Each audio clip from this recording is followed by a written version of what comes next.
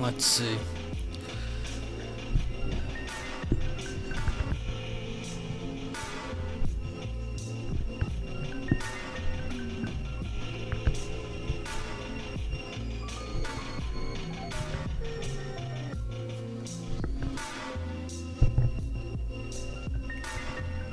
Yeah, I don't know. Let's see. How's this? How am I sounding? Okay, this might be working.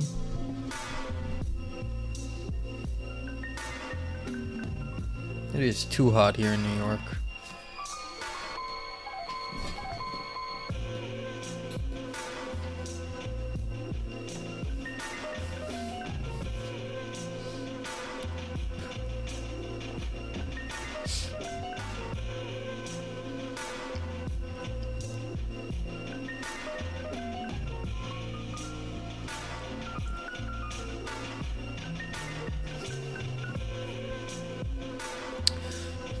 I enjoy thinking that I have a good grip on things. I need a timer.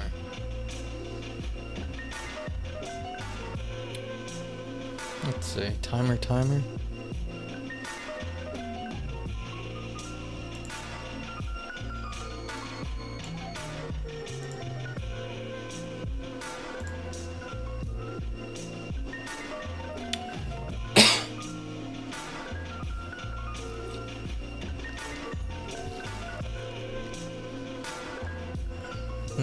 Do I have a timer? I wonder.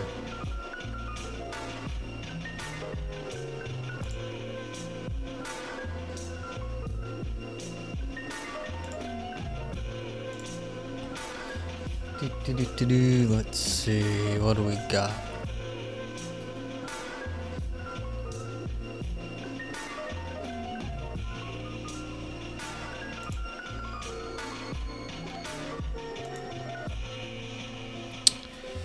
I enjoy thinking that I have a good grip on things. When current me looks back at how little past me knew and how well past me did given the circumstances, it gives current me faith in my reasoning capabilities. Was I just lucky in my choices sometimes? Undoubtedly. But the philosophical problem is, I don't even like this sentence, but the problem is, I could just cut the but.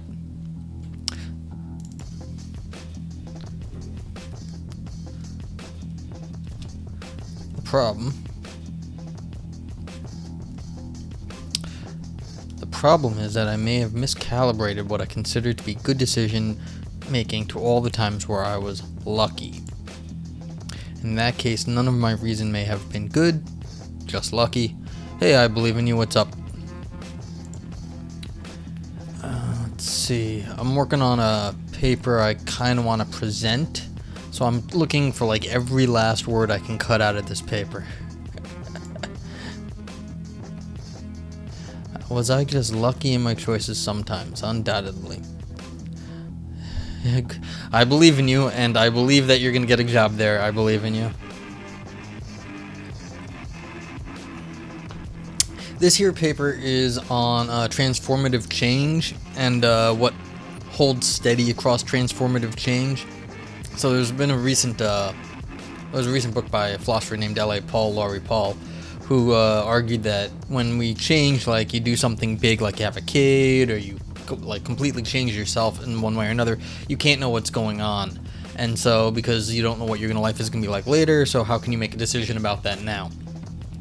So that's kind of it. And so I'm saying that there are things in aesthetics, and we're going to call them norms, and that's kind of what holds steady even in the face of like sort of radical ignorance. So that's what I'm philosophizing about. But yeah, it's like I've got my well, I hope it's fun, we'll find out. I've actually got my oh nuts, this thing keeps messing up, but oopsie, this one. Yeah, I've got I got the LaTeX, the underlying code here in the paper all lined up so I can actually make changes, although I don't have the publishing software. Yeah, and that's exactly where I'm going, patterns of experience. I 100% agree. Now, Lori Paul has arguments against that, but I don't think they hold, and I have some arguments as to why. So, but like I said, I'm trying to just work on the language here. I mean, this paper is basically set as of,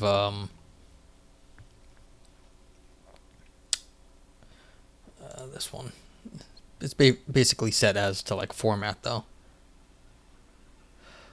Well, that's exactly the problem, is where, the philosopher Laurie Paul, says it's not going to apply at times, and then the question is, does it apply, has it applied, and then how do you make a decision if nothing you do right now is going to apply? So, that's the difficulty, is like, in the hard cases, like a new business venture, like if you have a kid all of a sudden when you were just like single beforehand, how are you supposed to know what that's like?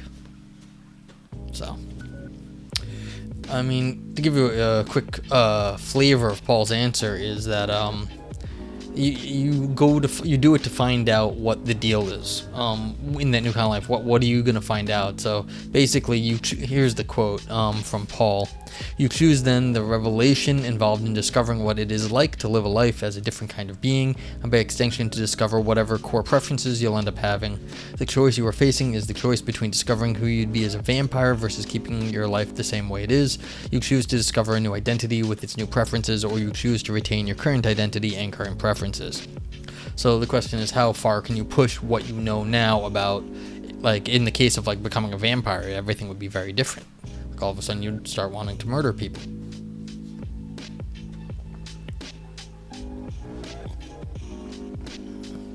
So, but like I said, the paper, I mean, I was considering, trying to work through just getting the paper written online, like just show people what that's like, but it's really messy, and I might make for good content. I just don't know. I'm trying to think of how to do new formats for stuff.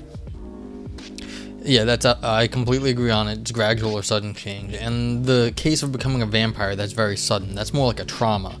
And so I think that's where I'm going with this, because I don't think that it makes sense in the case of trauma, but that's a very unusual case. That's a very unusual circumstance where one day you're a human and then the next day you're a vampire, because that's basically how becoming a vampire goes. Everything else that we do that it takes a while, so it's just you don't change overnight. Whereas you could become a vampire overnight, or at least I think you could. I don't think it takes like years to become a vampire on any theory of vampires. But I mean, you could adopt a kid like in a day, perhaps, but that doesn't change you in a day. It would still take time. I mean, depending where you live, maybe there's plenty of kids and you can just go adopt one. Go down to the homeless place or whatever. Yeah, I mean, I think that's exactly sort of part of it. It's that you could just go live off and do something different. Go like get a cabin in the woods, go get a boat and float out in the ocean, depending on your the geography you like. But yeah. So yeah, it's like you get a cabin in the woods, just go do that.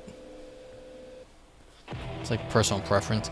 But again, like even doing that, you wouldn't change immediately. It would take time. Like just because you like the first week of being on the boat, you'd probably feel pretty normal. It would take some time before you start like acclimating to the new boat life. I mean, I know that, like, if you ever go on vacation or something, or this pandemic, it takes like, you feel the same for a few weeks, and then all of a sudden it starts sinking in that things are different now. Yeah, exactly, boat life.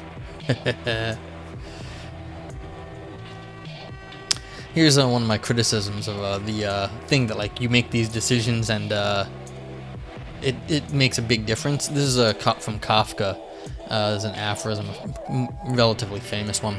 Kafka says, "It isn't necessary that you leave home. Sit at your desk and listen. Don't even listen, just wait. Don't wait, be still and alone. The whole world will offer itself to you to be unmasked. It can do no other. It will writhe before you in ecstasy." So I take it Kafka saying, it's like, look, you don't actually have to do anything. Like, the world's going to do what it's going to do, and it's going to affect you. And so it doesn't really matter. This is a much more passive notion of change. But, like, maybe that's right. Maybe it doesn't actually matter. We only think we're making big decisions, but it's sort of pointless. So this is a very different. I'm criticizing Paul with this sort of thing because why do we think we're making such big decisions? Maybe it'll just happen on its own anyway, but we just don't know it. We think we're making big decisions. We just are deluding ourselves, basically. I mean, the choice is frivolous. I call it the problem of frivolity. So we think we're making big deals, like wanting to go live on a boat or go have a kid or make a big change, but maybe that really doesn't matter in the long run. Something was going to happen eventually. But we don't know.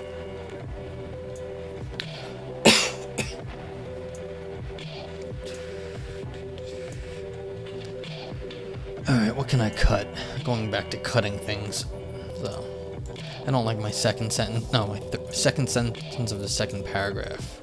Was I just lucky in my choices sometimes? Undoubtedly. But the philosophical problem is that. I don't like the but the philosophical problem.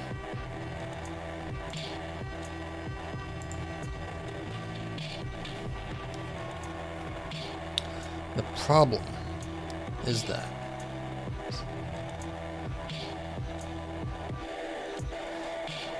Yeah, this is fine. I don't need philosophical.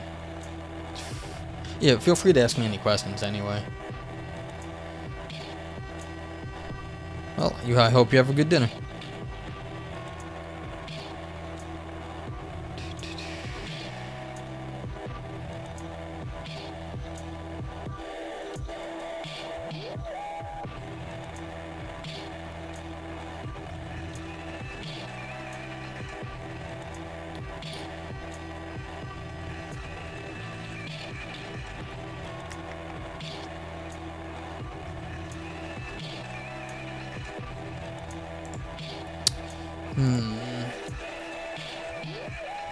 Was I just lucky in my choices sometimes? Undoubtedly. The philosophical... No, I still need the but. I need some sort of transition right here.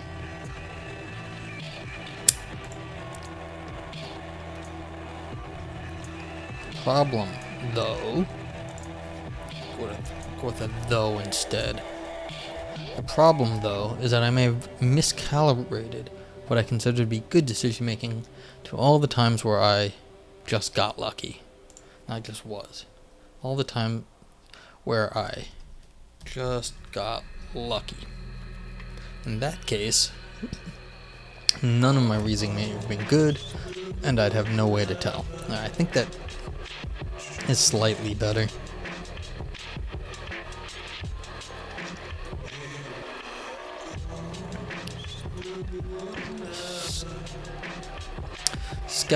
Skepticism of this sort is an old problem. It goes back at least to the tragedies of the Greeks, where rationality fails to overcome fate.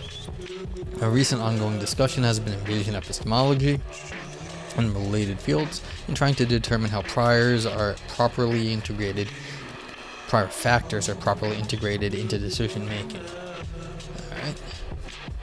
One contemporary account, which I like to use as a starting point, is given by L.A. Paul in Transformative Experience, where the focus is on experiences that transform us in unexpected ways. For these cases, Paul says, not only do you not know the value before you've had the relevant experience, but having the experience can change your preferences, and so the values you would assign these outcomes before having the transformative experience could be radically different from the values you'd assign the relevant outcomes after the experience. So because you don't know what the experience is like, you don't know how your preferences will change as a result of having the transformative experience. This is nicely illustrated in the example of choosing to become a vampire. Since we have no idea what a vampire's existence or preferences would be, we have no way of rationally evaluating the outcomes of such a decision. While this example is fantastic, it describes the sort of problem that a person might face when considering radical life-altering decisions, such as choosing to become a parent. Paul's solution is to make the choice based on the revelatory value, that is, the value in finding out the result of the decision. You choose then the revelation involved in discovering what it is like to live a life that is different as a different kind of being, and by extension to discover whatever core preferences you'll end up having. The choice you are facing is the choice between discovering who you'd be as a vampire versus keeping your life the same way it is. You choose to discover a new identity with its new preferences, or you choose to retain your current identity and current preferences. While other criticisms have focused on Paul's account of the problem, it is the solution of revelatory value that I wish to question. For the sake of argument, I'm willing to grant Paul everything up until this proposed solution. Alright, I don't know. Let's see.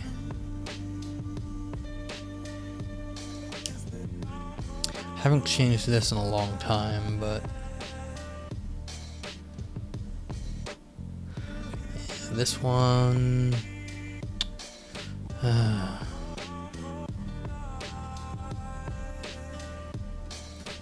mean, the question is, it's like all this text, but like, I see the video of like what the video output kind of looks like, and it's a little ridiculous to see this wall of text on the screen.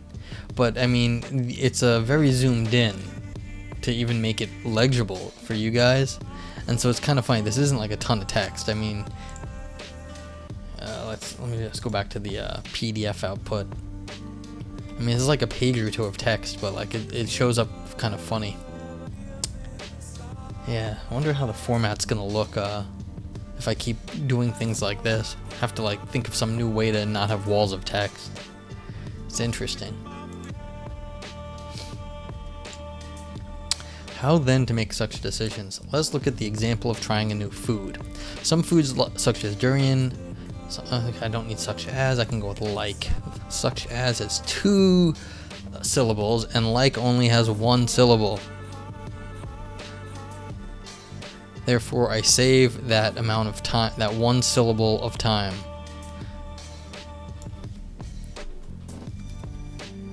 How do you like that? Just save some time right there. Maybe I should even search for more such as's.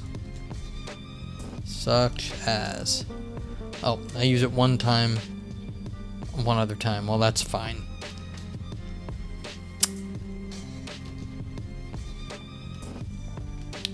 Alright, so now I have taken off. Oh man. Oh, because that is funky. It looks like the way that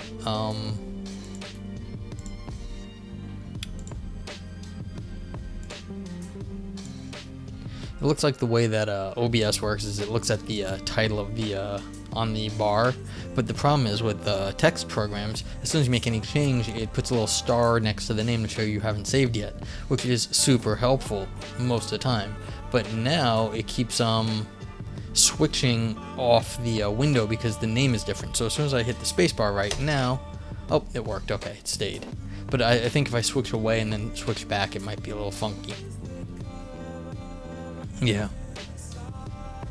Alright, some foods like durian have a flavor that cannot be described and cannot versus can't. I like cannot usually. Must be experienced. Only after tasting durian can one understand what it is like, and therefore is a different person in some minor way afterwards. As these sorts of experiences are existentially mundane, Paul says, one can rationally want to try durian, basically to find out if it is to your taste, or else this is an example of an exotic experience. However, this account of trying a new food as merely checking a box misses the potential wider cultural and culinary experience, as food is an aesthetic medium. It would be like going to a museum just to say that you went, or only going to see which paintings you found pretty. I hope you're having a good dinner. I believe in you. This is to say that Paul's account misvalues revelation by treating it in a vacuum as sui generis. Instead, I suggest we look at the value of revelation. Do I need the value of, or do I just look at revelation? Do I look at revelation as a kind of aesthetic value? Let's see. Look at revelation as a kind of aesthetic value. Nah, I might as well keep the value of. Revelation is a thing and not a value. So we can say the value of the thing of revelation. Alright, so let's see. That would be the sort of thing that like philosophers would jump on you for. Well, that's not what you meant. That's not what you said. Low forehead philosophers. I mean, is that anti-Neanderthal? I don't know. Maybe I shouldn't make fun of the Neanderthals, who are kind of smart, apparently. Instead, I suggest we look at the value of revelation as a kind of aesthetic value. Art often shows us something novel, gives us an experience we haven't had before. Do I need this? Art often shows us something novel, an experience we haven't had before.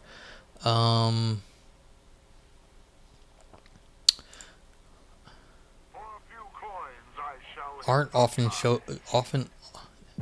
often gives us an experience we haven't had before. No, this is so hard to know if people are gonna understand what you mean by if you cut all the like extra sort of like narrowing descriptions on something. This presentation I'm doing for people out there, it's a hard limit of 10 minutes. Now if I talk fast, or not even that fast, I've cut so much, I clocked it at 10 minutes and 15 seconds, which would be legal in like their world, because I mean they'd be unhappy about the 15 seconds, but they wouldn't be that angry. I mean 10 minutes 15 seconds is short, but if you look at this the print version here, you can see that my paragraphs are basically 2 sentences long because I've cut so many things out of them, and it's just so hard to cut more than all my paragraphs are like 2 sentences. Like this paragraph is what I was just looking at over there, and basically there could be another paragraph like break right here too. So basically another 2 sentences, 2 sentences. So if like every thought is having to get expressed in like basically 1 or 2 sentences, it's and I'm cutting words, I mean I could get 15 seconds down, but it's gonna be like there's just not a whole lot left to do, frankly. Alright, so let's see. It's like, but I've cut like all secondary adjectives. You might see some of those. Yep, and then we have the text editor issue again when you switch back and forth. Okay, so I mean right there, like that line I drew on it was right here, so you could see that like it would already, that's 2 sentences, but I don't actually need the second sentence. Like if I were to break it up, it'd be just crazy. Alright, so instead I suggest we look at the value of revelation as a kind of aesthetic value. Art often shows us something novel, giving us an experience we haven't had before, which is part of its appeal. Of course, it need not be entire life-changing, but it can still be significant.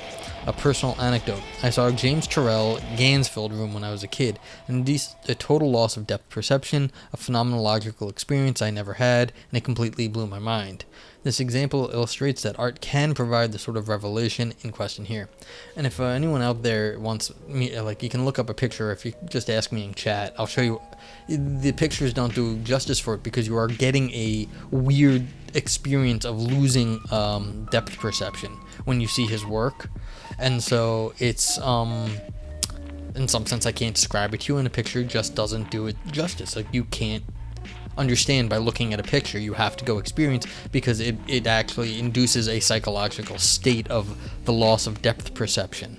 So that's a phenomenological experience that would be different from the way you experience the world right now, and that's kind of where I'm getting in that the right sort of experience of that Paul is talking about also occurs in art and aesthetics, and we can talk about it there more sophisticated like, and that's why I think this is where my criticism of Paul's work is coming from.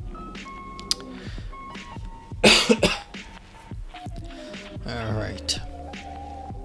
Should we then ask, which life do we find more beautiful? See, like, there's a whole thing. Should we then ask when making a transformative choice? I just cut that. I don't know if that even makes sense to cut that. You kind of might need the reminder there, but still, we'll have to leave it off. Should we then ask, which life do we find more beautiful? Paul argues that aesthetic values are just as likely to change as rationality. Just as likely to change to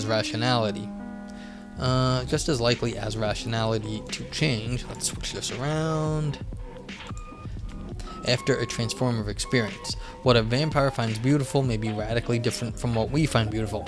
Therefore, any objective account of beauty will not be able to provide guidance. Thankfully, aesthetics is not limited to objective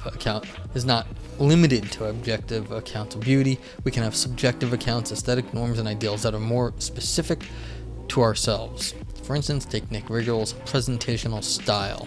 A person's action is her style if and only if it embodies and communicates her ideals. According to this theory, we each have a unique personal style that reflects our more fine-grained ideals. Riegel continues, we go in for action by ideal with the aspiration of being a certain kind of person. The more successful we are at embodying our ideals, the more our patterns of behavior and response will reflect our ideals. The gap between our ideal selves and our personalities will thereby shrink, and the larger our best self will become. Now, while Riegel uses the concept of style because it corresponds to artistic style, I'm going to opt for norms as a more generic term. We therefore each have a unique set of norms that reflects our more fine-grained ideals. Can this be used to answer the above criticisms? Alright, so I've been trying to cut these things. I just don't know if there's anything else to cut. Alright, let's see.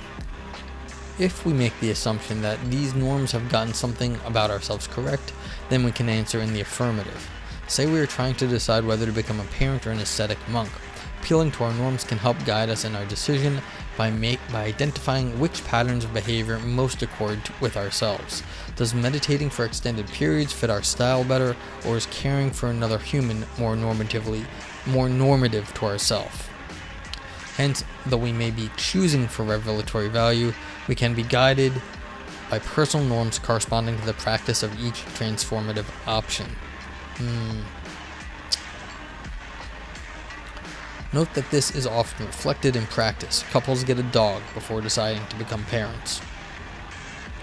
I like that sentence. This one here. No. Second, frivolity. Returning to the case of trying durian, someone might try durian just to tell a story or arbitrarily see if it is to their taste. But it is also likely that trying new things and being adventurous is part of how someone normatively sees themselves, and therefore would want to try durian or any other unusual experience.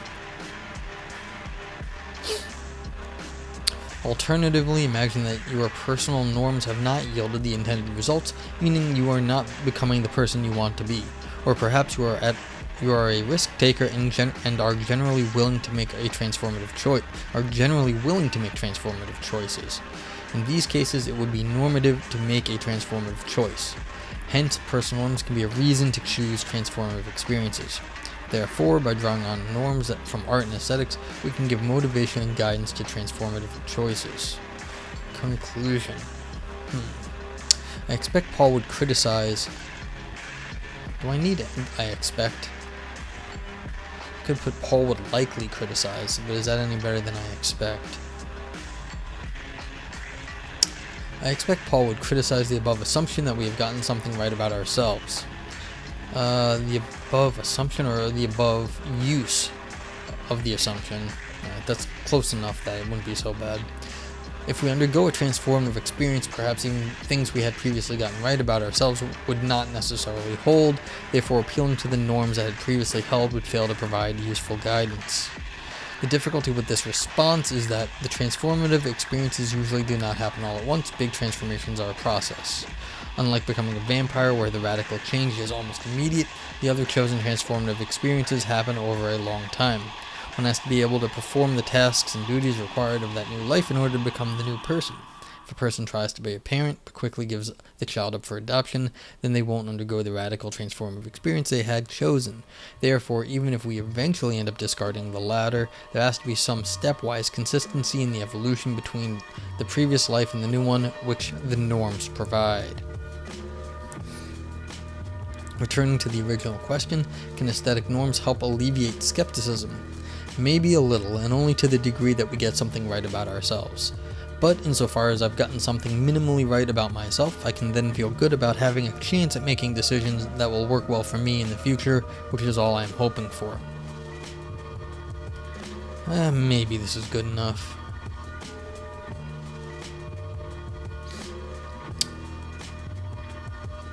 Switch over to this again.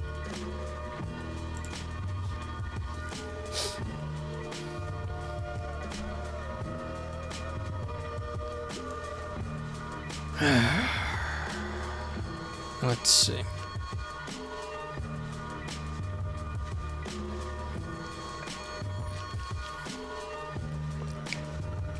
Yeah, like I said, if anyone has any questions out there, please let me know.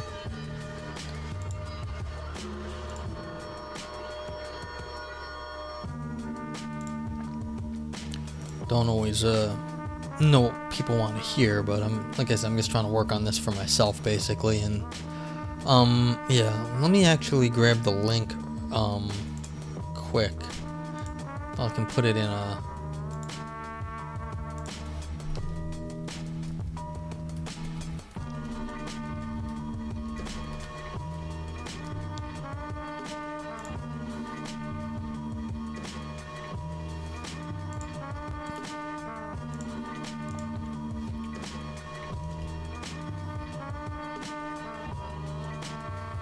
no, I don't need this at the moment.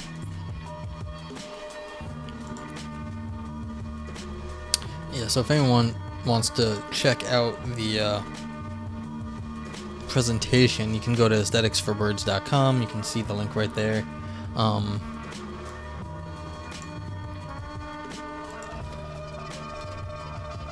And you can see they've got workshops going on over the course of the summer, and so call for abstracts. You've got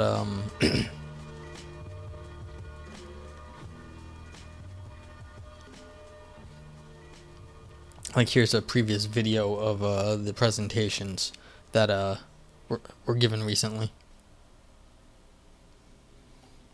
So that's all. Is this out of order? July 1st, July 7th. Oh, so did they call for abstract? I wonder if they re-updated this call for abstract, or if they just reposted it. I don't know. But, oh, you can't even see. I'm sorry. Here it is. So, yeah, so you can see Aesthetic for Birds here. Now, if you're watching, now you can see there's a, like, workshop and, like, call for abstracts. So, good job. Good job. Alright, so, back to the text editor.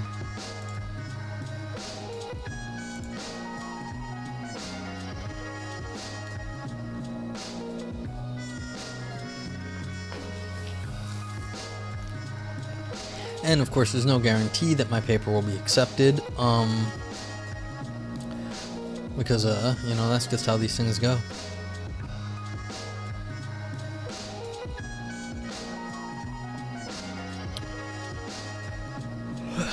Let's see, I mean, could throw some, like, keywords on this. I wonder what the, keywords would be.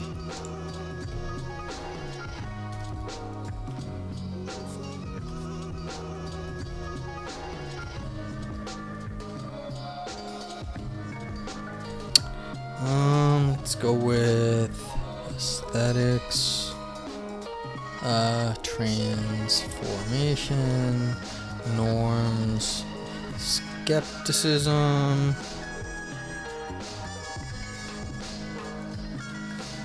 Guess that's okay for now.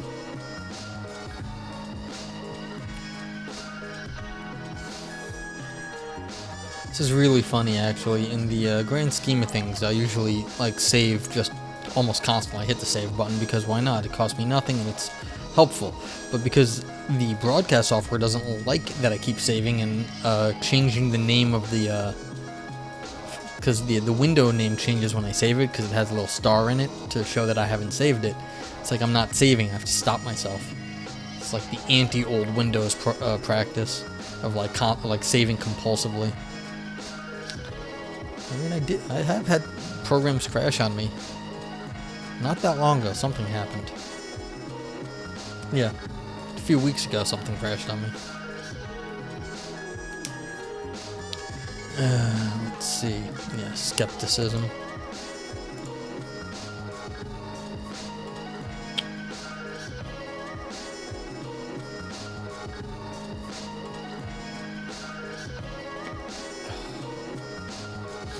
Anything I need to know about? No, this is all fine. I would love to be able to cut a few more sentences. I just can't find anything. Okay.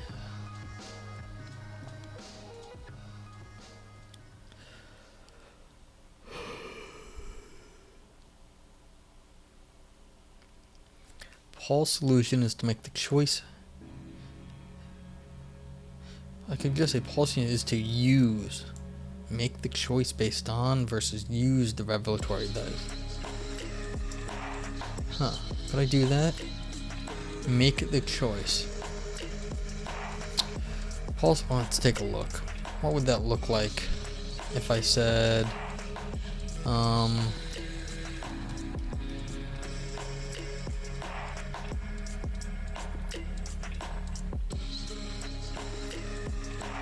you know, I could just say use, because I don't need, because I say you choose then is like right here, and so so I could just go with use instead of make the choice based on. It's a much smaller word. The Paul solution is to use the revelatory value, that is the value in finding out the result of the decision. You choose then the revelation involved in discovering what it is like to live life as a different kind of being.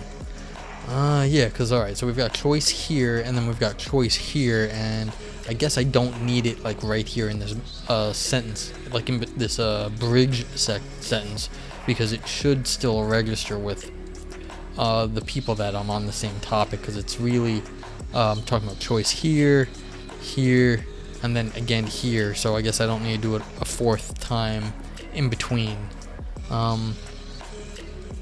Okay, good. Like I said, I was only, if I read reasonably quickly, not like super fast, I'm just over 10 minutes. I mean, if I read fast, I can get it under, but I don't want to read like super fast. It's just rude because no one can understand you then. It doesn't, and then you really haven't had a 10-minute presentation. You had a 10-minute speed read session, and everyone will be unhappy. So that's not good.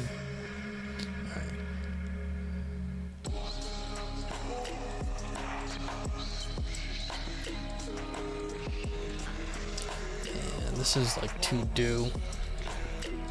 I need to get proper references for the other criticisms.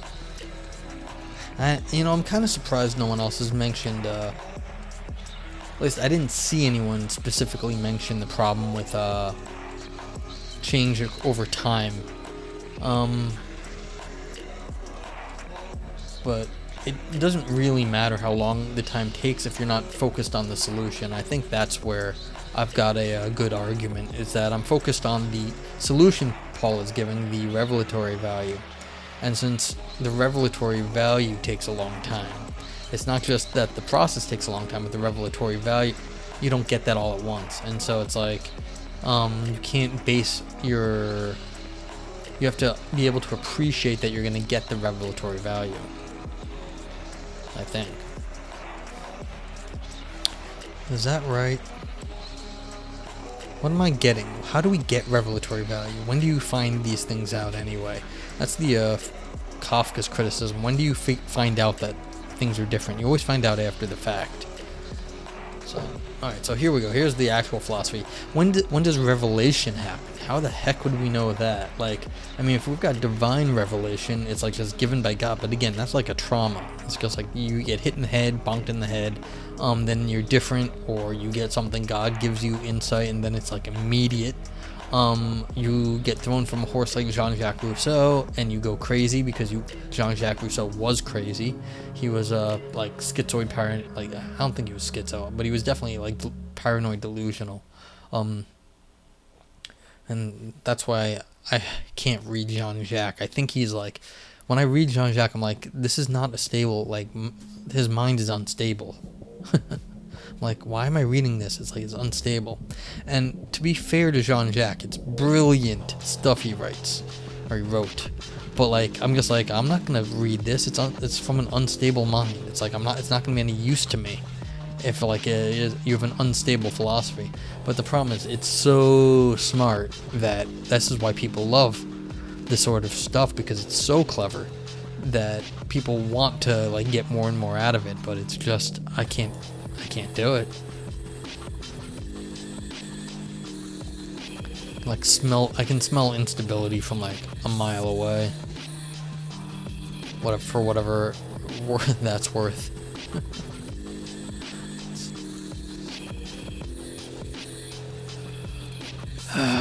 Okay. I wish I had a LaTeX installed on this box.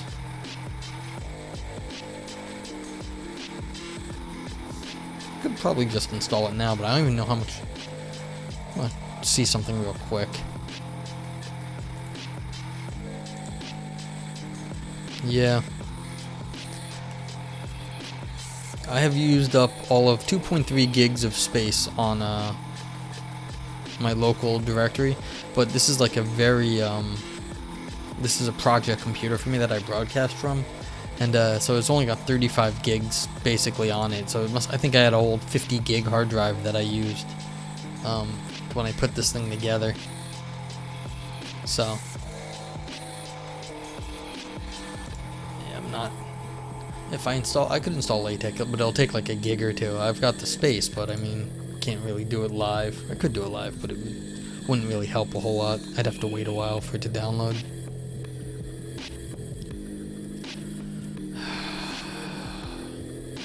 I'm actually semi-proud of this argument right here. I think it's kind of fun. I've not seen a skeptical argument reduced to like 2 sentences.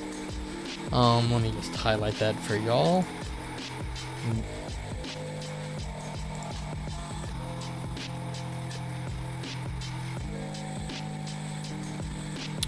So this here, the philosophical problem is,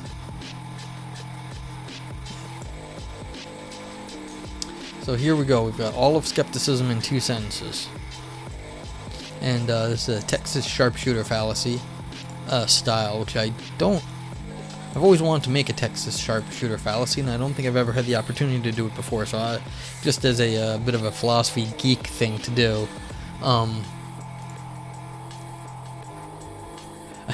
I get to make a Texas sharpshooter fallacy, or a Texas sharpshooter style argument. But the philosophical problem is that I have miscalibrated what I consider to be good decision making to all the times where I got lucky. In that case, none of my reasoning may have been good, and I have no way to tell. And that's very quick for a skeptical argument, but I mean, I really need another step. It's like, look, to like spell it out.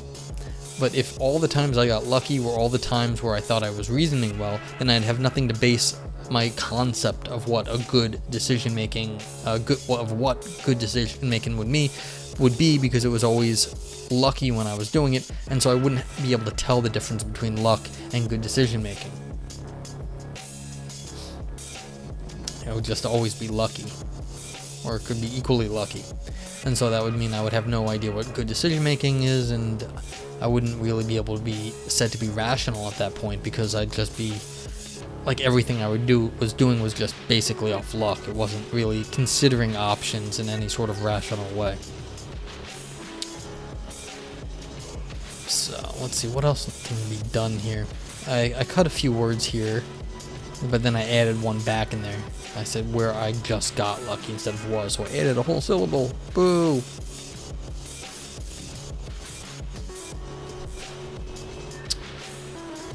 I enjoy thinking that I have a good grip on things.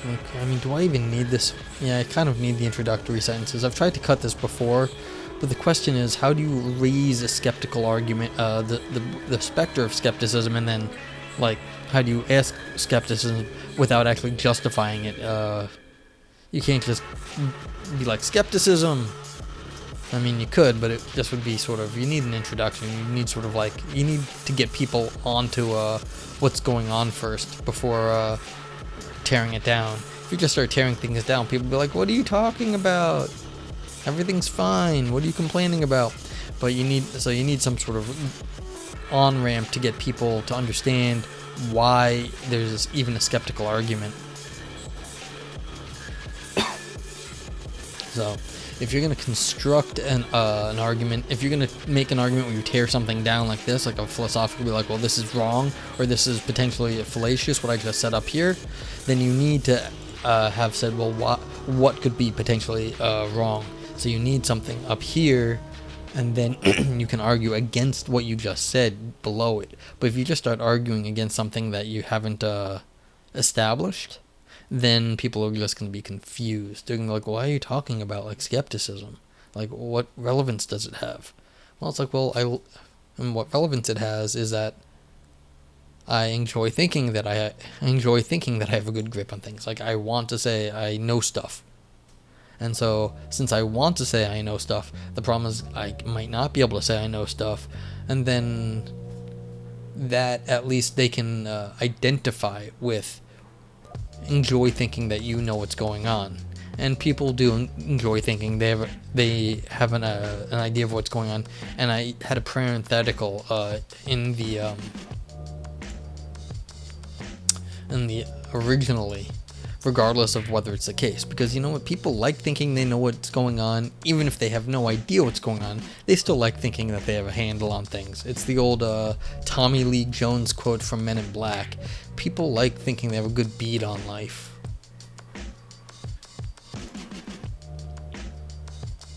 So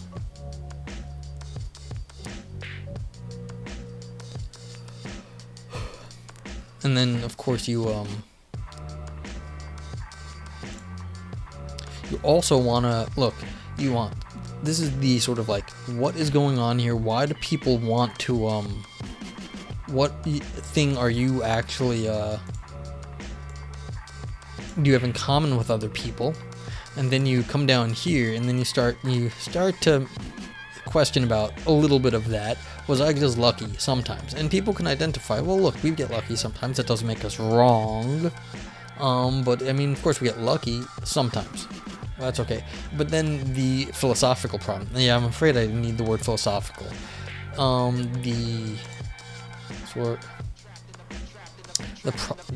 Yes, I do need philosophical right there, because the philosophical problem though. So then to tie this to a bigger issue is to make it so there's actual value of people paying attention to you here. It's like, okay, so they may agree with you, but that doesn't mean anything. That just makes them happy.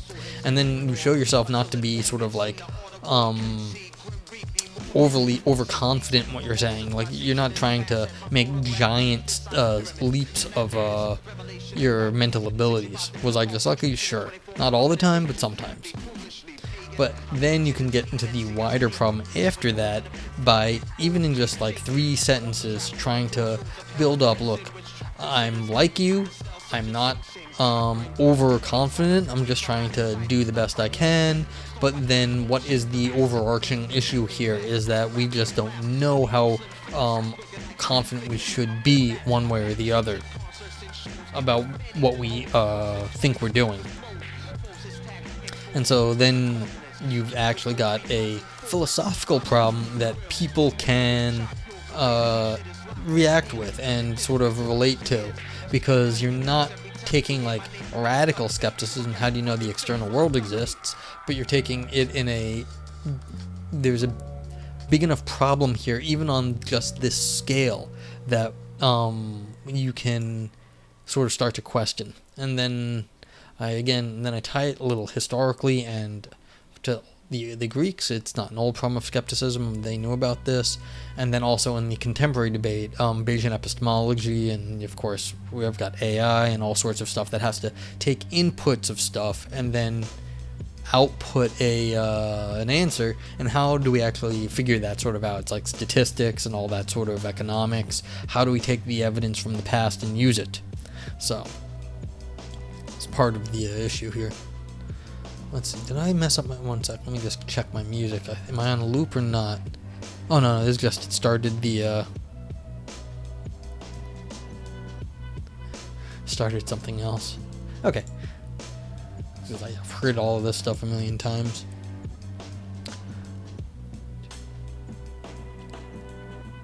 So, yeah, this is sort of a philosophical writing, how I'm thinking about how my introduction is going here, and why all this stuff sort of is so hard to move around.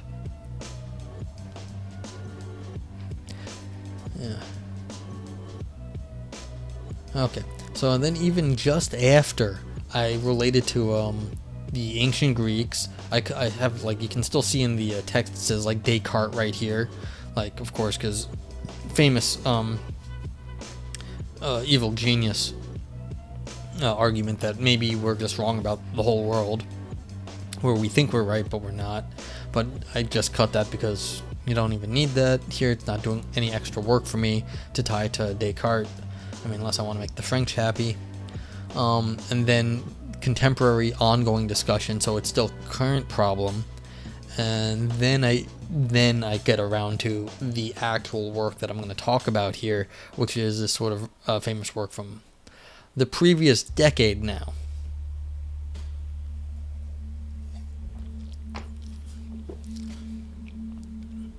And you see, I don't even say anything about it. I mean, I say very little. I mean, I got half a sentence where the focus is on experience that transforms us in unexpected ways, because I just don't have time to say anything in this. Then I get the nice like pull quote that I've seen other places, so people like this quote, I guess, so I use that one. Then I get the example because people need something to bite into. To really get a hold of things, usually they need one concrete example at least. If you're going to do something in theory, you need to give them something to actually refer back to in the specific. You need a specific example. Otherwise, it's if people can't place a specific example, they will inevitably choose the wrong example. So you have to, when you're writing, you have to really think about your examples very, very hard, because they will find an example and it won't be the one that you were thinking of. And if it's not the one you're thinking of, it's gonna diverge. It's gonna diverge. I can guarantee it. And then you're gonna have problems later on in your paper if people aren't thinking what you want them to be thinking. They're thinking in terms of their examples, and this causes untold misery. Or it's caused me untold misery. When people think one thing, but that's not what I said, but it's because they had an example in mind that wasn't what that didn't quite fit what I had said, but is the best they could come up with on the fly. And once you get an idea in someone's head, and this is from psychology, it's real hard to shake that, real hard. So yeah, it's good to cut them off at the pass. Just get the example out there quick, and that way they can focus on the right example. Okay, and then again, so like right out of the gate, get the example out, then here, and then again we got the example here, and then shows how the consequences of it, and then that's it. And I'm off to my criticisms. I just trying to figure out what else I can cut. I don't know if it's possible. Ugh.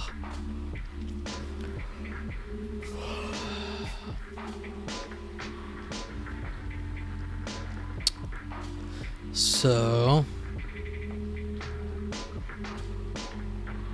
yeah, okay. A little more analysis of the structure of the paper. So, because, I've done a lot of, I don't know who's watching right now, but I've done a lot of other people's papers where I read and analyze in real time. And so if someone has asked me, well, why don't you read one of your papers? It's like, well, no, I am.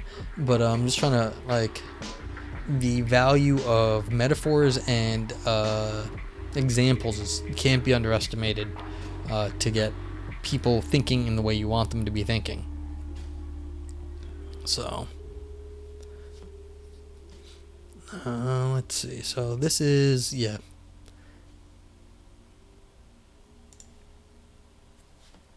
So this is trying to think, what am I doing right here? I'm trying to get people to understand the baseline of the account, the structure of the argument, and then I give the example immediately. Yeah, so I know only one way to judge a man's brilliance, and that's by the size of his bank account.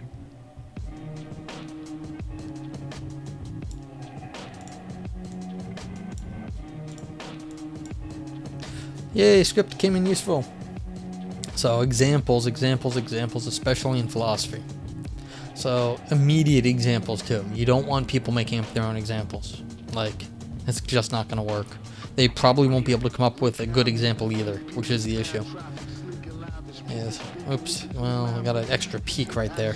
That should have been closer to the P, but not so easy to write. That's right. Okay.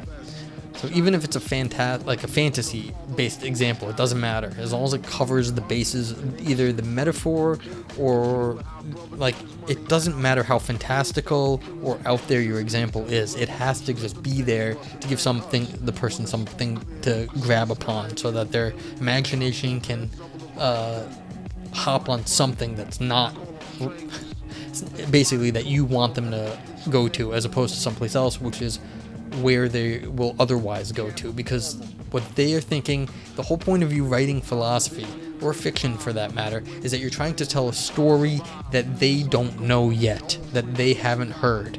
And so if you're going to write a story that they haven't heard, this is not their fiction, it's your fiction. And so you have to get them to go where you want them to go, not where their brain goes.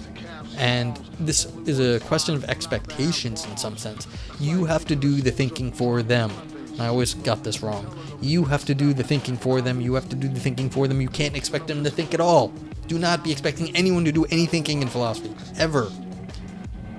Almost never. Really don't be expecting anyone to do any thinking for you. Because they will think differently from you, and that's the whole point of philosophy, is that you did some thinking and you're trying to show the people the thinking, and you can't expect them to do any thinking, because if they had done the thinking, then it wouldn't matter what you did anyway, because everyone else would already know it. And then if you're doing philosophy, then you're not doing that.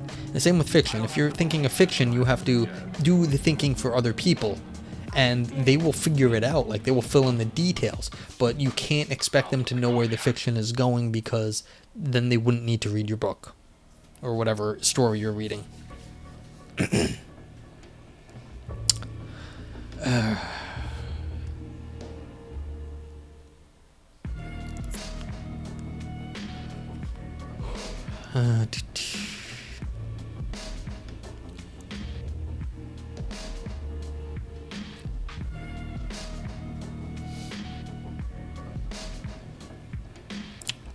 Criticism from frivolity. This is also a thing.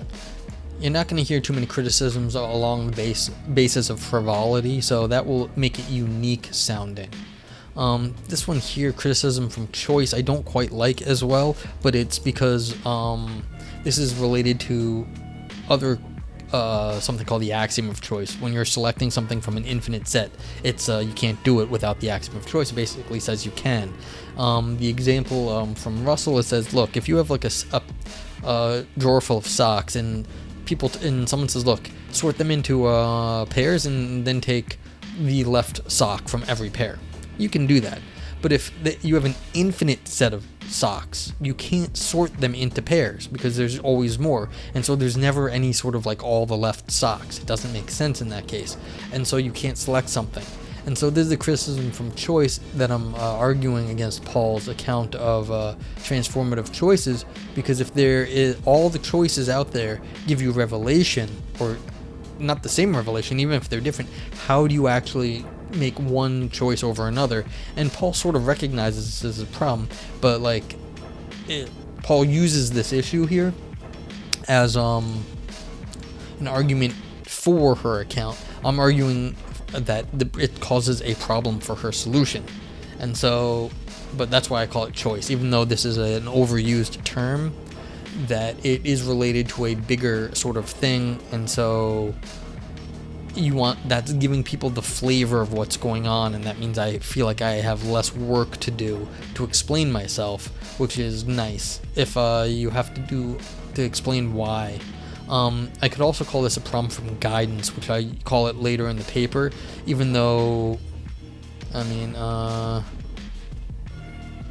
let's see, where's the lack of guidance is what I say down here, and so maybe I could switch it to guidance.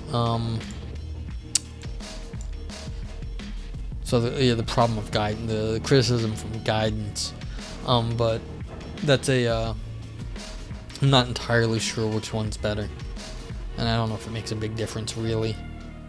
Guidance is more unique, but choice has more historical sort of relations, and people might understand what's going on in that case better. If I say guidance, I'm making something up, and then people might not, again, they will then bring their baggage into understanding what I'm doing here, and that might not be what I want. I want the sort of the baggage from choice, not the person's idiosyncratic baggage on their understanding of guidance. That from up here, since I don't have that choice, I'm picking a word that is unusual that I get to define. So this could have been also called criticism from triviality, but triviality is huge, and most people have a certain understanding, and it's not really triviality. I can call it frivolity, and then I get to define what's going on here, and then people will understand that because I will define it, because there's not too many criticisms called being called frivolous. So, two different strategies on how to title your sections and your criticisms. So, choices everywhere. See, guidance, of course. And see, expected to take. Yeah, as Paul says here, you could call it taking charge of your destiny. So it's a choice in your destiny. But yeah, I'm gonna stick with these titles at the moment. Aesthetic norms. I don't know if I should use norms. Aesthetic norms don't get this term itself. Aesthetic norms doesn't get used a lot. People sometimes say it, but they usually punt it to some. The few times I've seen it, it gets punted. They're like, "Well, I might talk about aesthetic norms," but then then they punt to be like, "Well, that's a problem for a different day." And so it gets mentioned, but rarely. And I'm basically redefining something one of the philosophers did called style, which, again, unique personal style from Wriggle is good because it does communicate what he wants in terms of artistic style and maybe design style, all sorts of things like that. And so he gets sort of the patent, the copyright on this sort of term here. But I'm generalizing on this, so I can't really use style specifically. I have to generalize, and that's why I'm using norms. I'm calling them aesthetic norms because they're drawn from this sort of concept here. Yeah. So we'll see how well it goes over. Even if I present it, I don't know if I'm gonna be the thing's gonna be accepted. But you see, all these things have a bunch of work go into them. Even if they're not accepted, you want them to be good, because otherwise I'll just end up doing the work later for some other reason.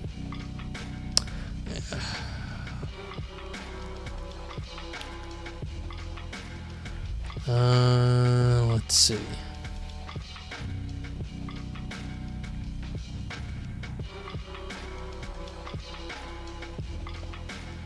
It's I tried cutting a sentence out of here, but it's just so difficult to even set up any a comparison. See, this is argument by comparison. So if you make an assumption here, I need that sentence because I have to make that assumption, so I can't get rid of one sentence. Then you have to you're making a comparison here, and so you're gonna say solve it.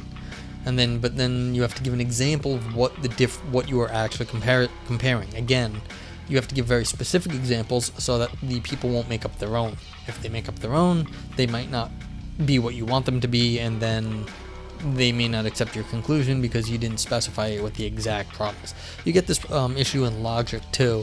If you're doing something more formal, you have to show the exact that the derivation works, or the derivation yields a contradiction, or that the derivation can't work. Otherwise, you haven't done anything. You have to get the very specific thing in the system you want. Otherwise, people will be like, well, then they have to think of it themselves. No, then they're doing the work, and that's not what you're doing here. When you write a paper, you're showing you can't expect the reader to be thinking very much.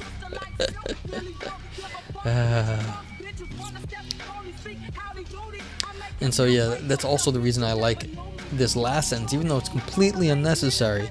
It says, look, people do sort of warm up to making decisions. And the reason why they warm up to making decisions is not because they're irrational. Because if this account was right, that all all the things you might make, like big life-changing decisions, you can't know what's going to happen, then why would people warm up for it? Now, of course, maybe people are irrational. If Paul's right, then people can't warm up for these big life-changing decisions. But this sort of throws into doubt that practice, because people definitely do try to warm up to see what's going to happen, and it seems like a reasonable thing to do. Now, I'm sure Paul would just say, yeah, it seems reasonable, but that doesn't mean it is reasonable. Well, rational. It seems rational, but the rationality in this case doesn't make any difference. And so the question is, again, if you're going radical skepticism, which we are doing here, then warming up to it doesn't make any difference. Still, this is not, Paul's account is meant to be somewhat practical, and so the fact that people do things in practice still makes a difference. So, that's why I like this one. Alright, then going to frivolity.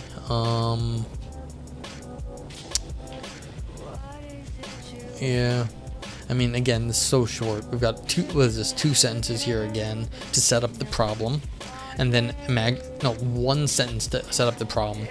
One sentence to answer it. And then I give examples. And that's it. To show that there are counterexamples to Paul's account. And that they would fall under the what I had said earlier about aesthetic norms.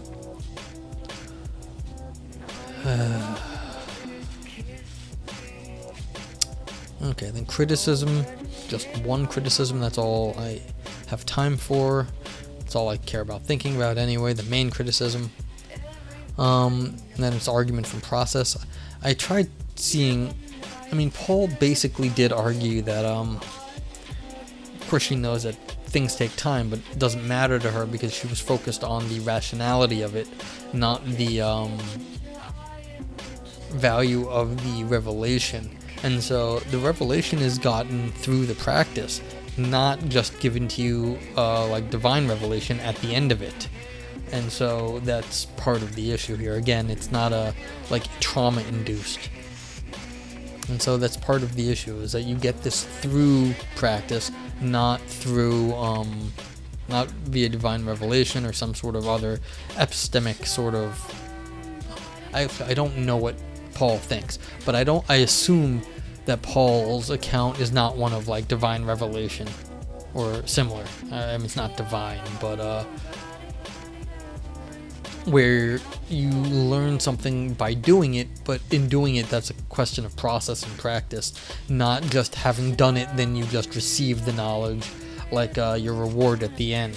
That would be strange. She might have that point of view, I don't know, but I didn't see anything like that in last time I looked. I don't know. Problem is it's turned into like a larger literature on this work, and so there's a lot of stuff to be done, and clearly I haven't read it all, and that makes it hard. So it's sort of a shot in the dark here.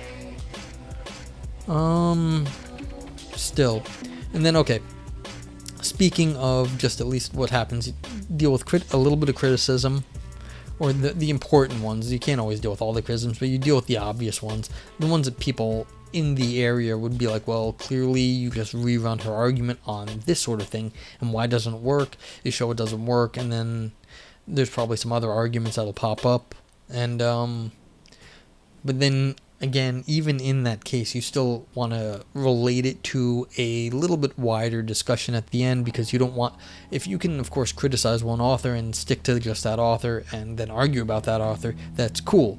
But then if you can also tie to a larger discussion overall, then it means that, you know, you're doing more than just criticizing one contemporary person, and then more people might be interested because you have maybe a more general account, something that everyone might want to take a look at, or more people would want to take a look at, and just so that more people might read your work, which is kind of the point of publishing anything,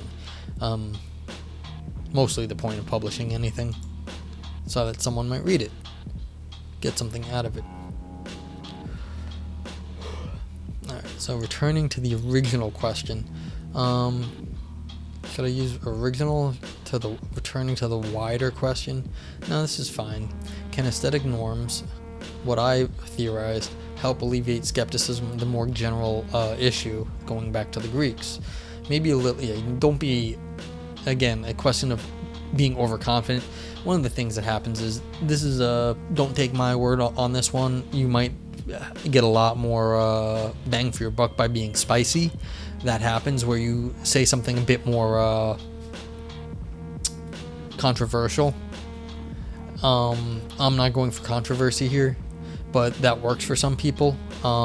Controversy can be very good for your writing, so I'm not going for it. Perhaps that's wrong, I don't know. I've been advised in the past to be more controversial, to make bolder claims. I am not really interested in making bold claims, not because I don't think my theories are bold, but because I just think most people making bold claims are being ridiculous. Philosophy is a long slog and slow subject, and so I just think people are being ludicrous when they are making grand claims like they've solved things. Every time anyone's ever done that, they've been shown to be very wrong. So it's just, I think it's like historically inaccurate, and if you think you're that good, I mean, go right ahead, but I mean, you're just gonna be historically inaccurate too. There is no one on the face of the earth that has been right forever. I mean, unless you're doing religious stuff, and then you're not on the face of the earth anymore either. So again, can aesthetic norms help alleviate skepticism? I could just say yes, but I'm not gonna say yes. But I'm going to say maybe a little, and only to the degree that we get something right about ourselves. So the question is, how bold do you want to be in your conclusion? If you're writing for an academic journal, you might want to be a little bold, because they are looking for things to be a little exciting. So it helps to be a little braggadocio, a little bold. But like I said, I find that a little silly. But again, this is sort of important to reinforce to your reader that something important's happening here, and as long as you're not completely over the top and the reader is like on board with you, that can help stuff. But yeah, I'm not. I find it historically silly in some sense. Like, do we have no sense of like history and philosophy that you've solved the problem? Like, no one solved the problem in thousands of years. You're not that smart. I mean, if you do something in logic and you solve something in logic, it's like, yeah, that's great, but you're using logic that's been around for how long? And something in that logic, yeah, maybe it's super impressive, but still, it's like you have to do something in that area, and then the work speaks for itself. So in this area where I'm not even just like proving anything, I'm arguing that we have maybe made a little bit of progress against skepticism. Is he a man or a monster? Yeah, and so it is a question of how bold you want to be, but in your conclusion, and I'm saying that you might actually consider being more bold than you expect. Okay, so I'm just saying, as long as I got something right about myself, I can feel good about having a chance at making decisions that work well for me in the future, and that's all I'm hoping for. Just the littlest step against skepticism, just a little bit more of the world we can have for ourselves, and less to just radical doubt. I mean, it's the same sort of thing that Descartes was up to. It's just, he's like, I think, therefore I am. And I mean, that is so little that you just an existence claim, nothing else about the world. But then, of course, he was like, well, then God wouldn't lie to me, and then therefore I have everything else. But the initial existence claim is just pretty minimal, and that's sort of more along the lines of what I'm going for here, is just as long as I haven't screwed myself up that bad, then I have enough that I can just get by on reasoning. And so this is a sort of an existence claim for my reasoning capabilities. So it's like, as long, I mean, could I, so that's actually interesting. Could I pretend and like make up some Latin, be like, I didn't mess myself up so bad, therefore I am rational?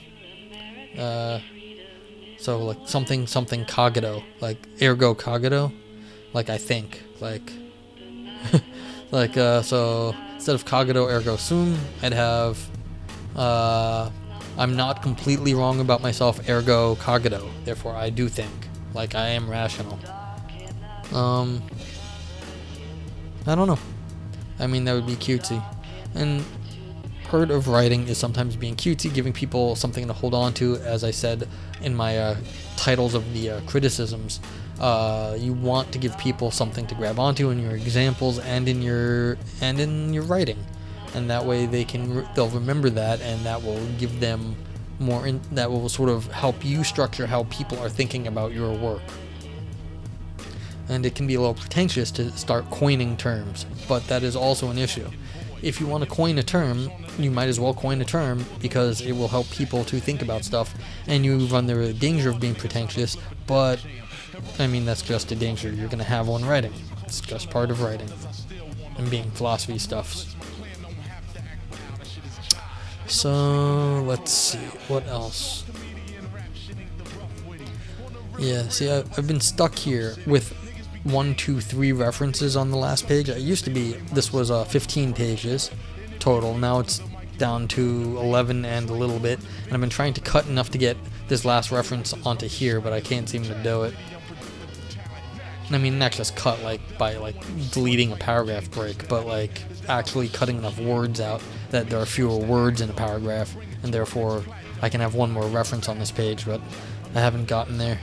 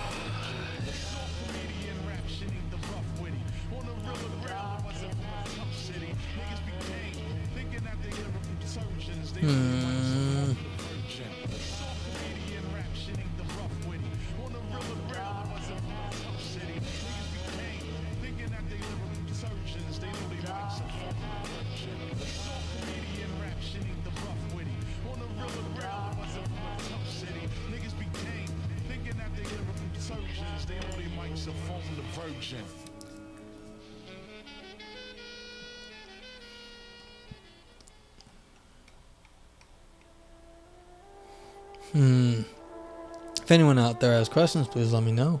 Because I just sort of at a loss for what to do at the moment. I'm gonna go get some water. I'll be back in a sec.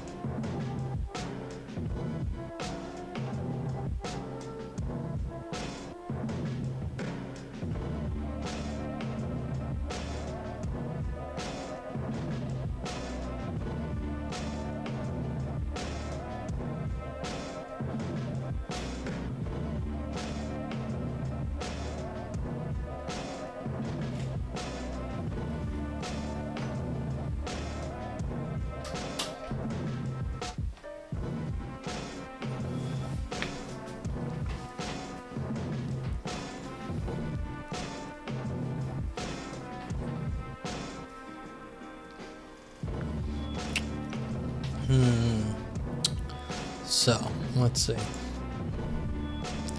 And unfortunately, I can't turn the air conditioning on in this room when I'm broadcasting because it will just completely swamp the microphone.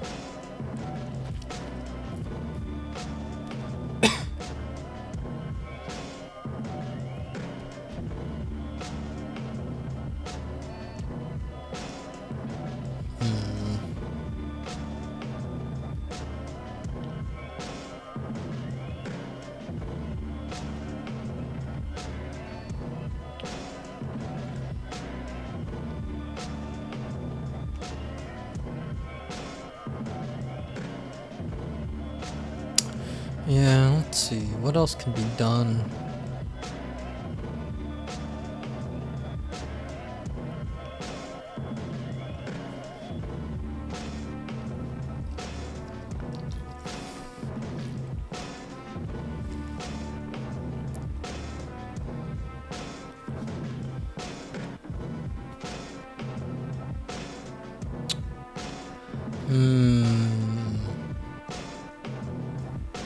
Looks silly with two.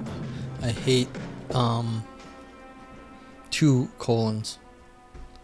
That was one of the papers I reviewed. Thankfully, they had not gone to. It was they put up a preprint, and they had not gone. It had not. The final edit had not gone to the publisher, and they were able to. They had two colons, like a sentence with a colon one thing, and then a little later on they had a second colon in the same sentence, and I was like, all right. Most of the time I've stopped making like harsh criticisms, except now. Do not do this. And the author was like, thank you for catching that. I agree. That was very bad that I had a double colon in a sentence. I mean, it would be sad if that ended up in like some just bad grammatical or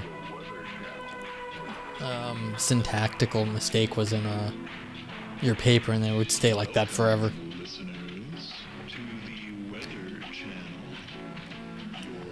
Yes, so also remember to reread your papers for grammatical and spelling mistakes, and yeah, it's very important, because a lot of the time you're working on so many different parts of the paper at different times that things get messed up.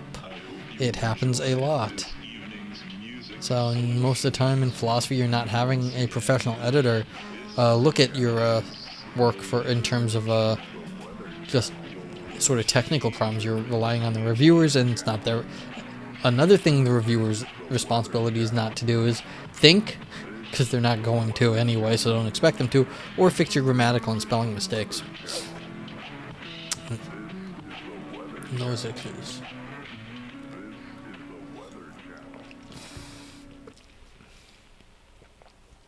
Yeah, question of boldness and conclusion. I wonder about that, or even in the introduction too.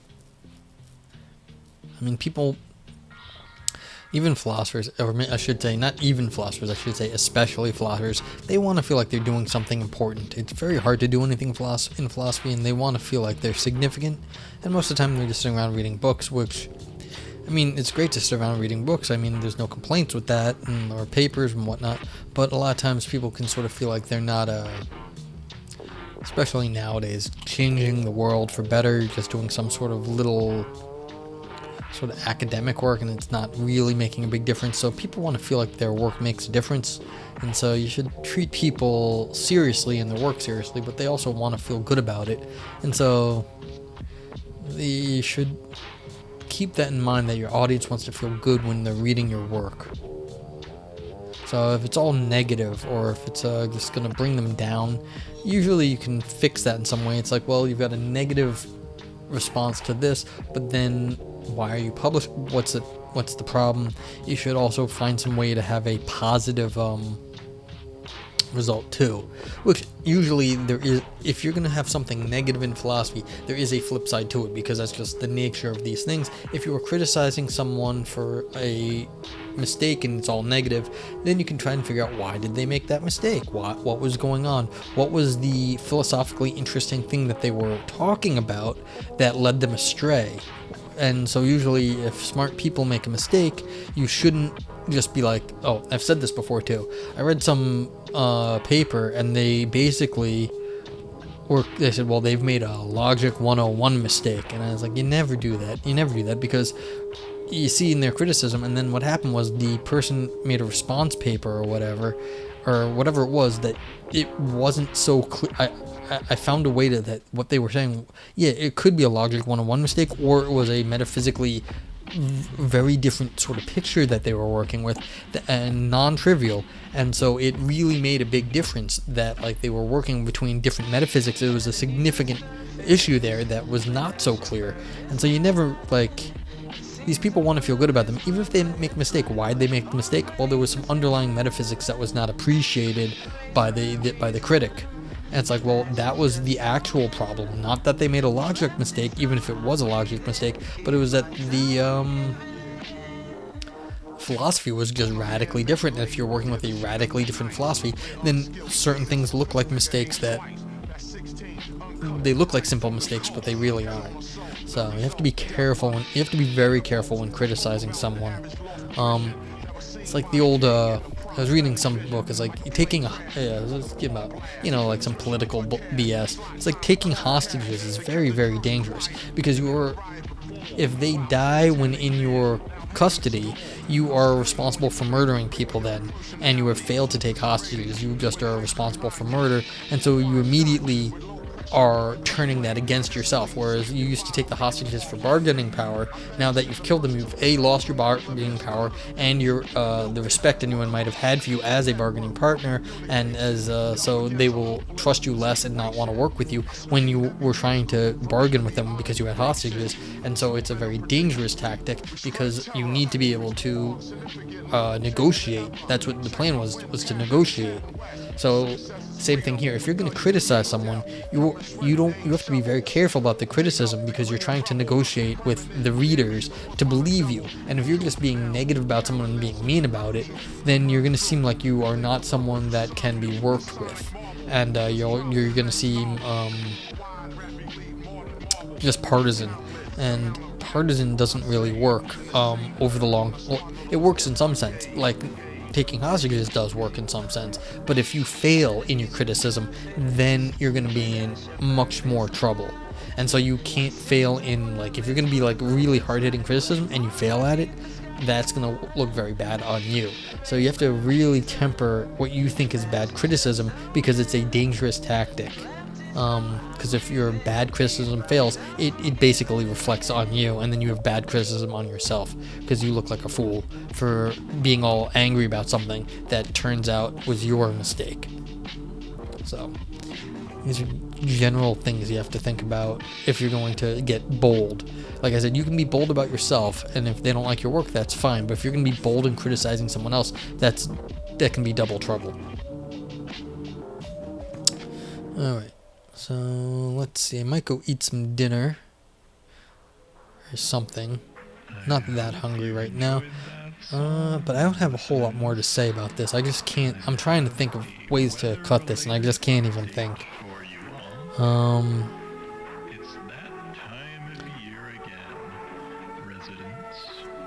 Spring is in the air. The trees are budding, the flowers are blooming, the rains come down, the ground softens, and I gotta think of pictures, because this is if it's an online presentation, I don't want to just show a wall of text, so I gotta think of also pictures. So I have pictures of the Gansfeld Room by James Turrell that I can show, not the exact one I saw, but ones that are similar enough, and you can get sort of a weird sense of what's going on. Let's see. our lives. Or, well, you know what I mean. And now, back to music. Oopsie.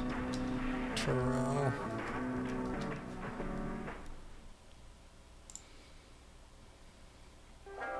You see, it's like you see these pictures like here, like look at this.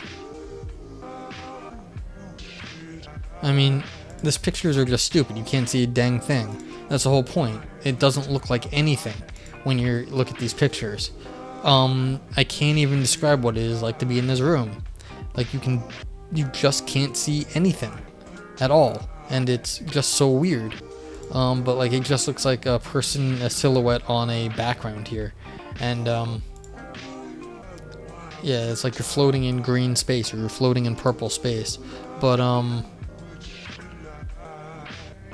yeah, it's like, well, but I mean, this picture just doesn't really communicate the actual experience of losing depth perception, because clearly if you're looking at this right now on the screen, it's a flat 2D image, and so there is no depth perception here, and so there is no way I can show you what this is, what it's like. So unless you've experienced it, there is nothing that you're going to do.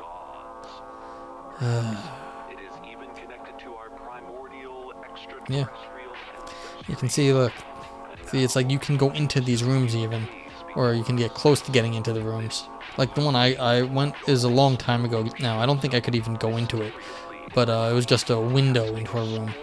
Shadows across both our dreams and our primitive understanding of the world. Yeah, so let's see, what other stuff could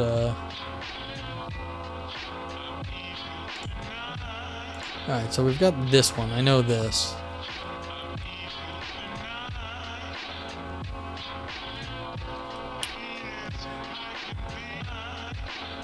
I wonder what a picture of Durian is. I have pictures of vampires and Durian.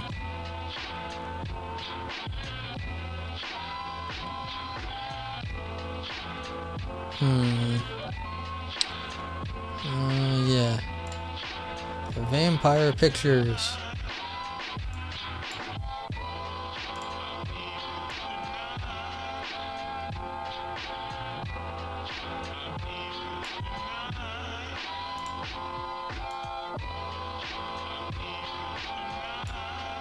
Looks like pies. I wonder what a vampire pie would be. That would be cool too. Alright, so vampire pics. Durian maybe too.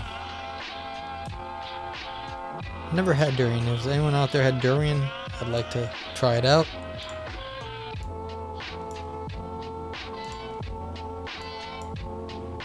Alright, so I need vampire pics, durian, maybe up here.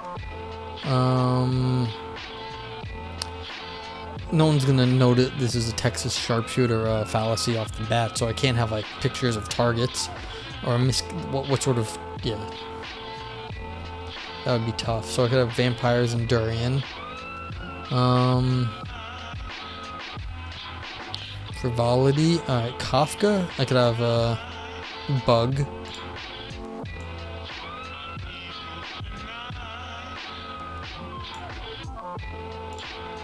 Bug picture for Metamorphosis. Could do that there.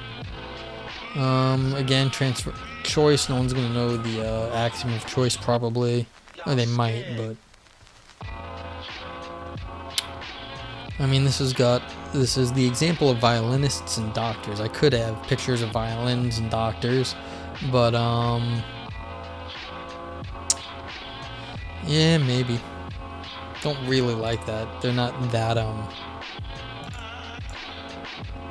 descriptive. Violin.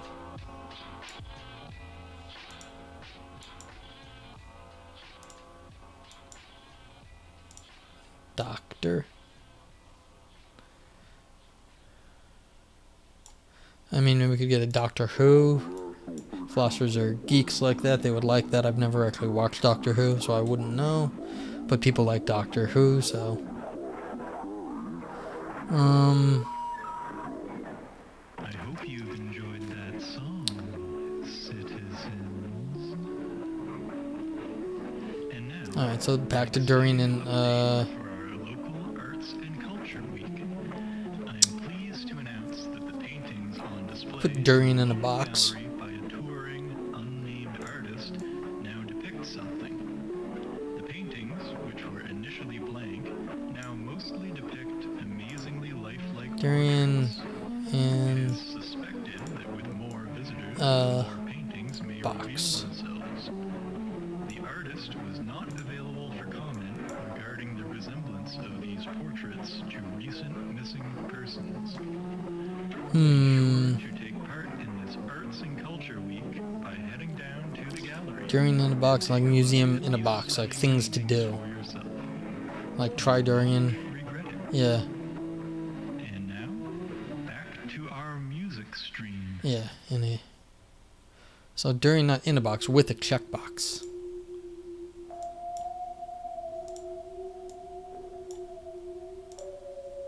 With a check box. Alright, maybe that. Durian and museum.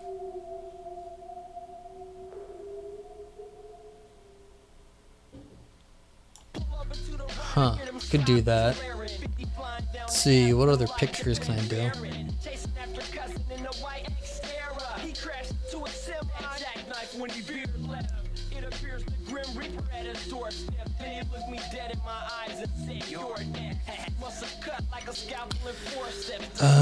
Let's see, Nick Riggle. Should I do anything here? I mean, he was a professional roller skater back in the day. So I could have like roller skates for Riggle. It's like skates.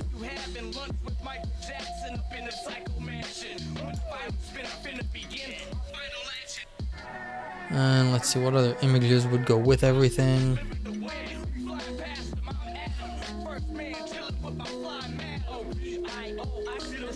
Nothing here.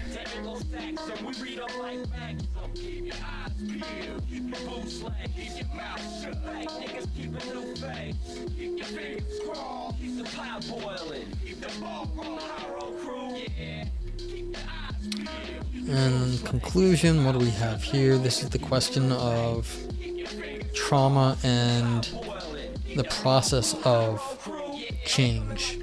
How do you show the process of change? Like you show that old like fake image of like the Neanderthal turning into a human.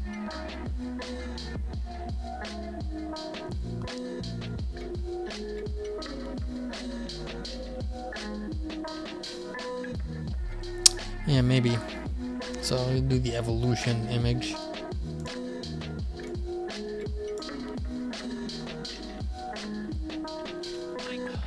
Because the whole point of is that there is no revelation, there is no punctuated equilibrium, like where everything's going fine, then all of a sudden, boom, divine revelation.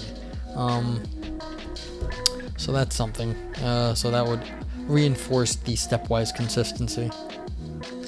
And then finally back to skepticism, and there's no picture of skepticism. So that's it.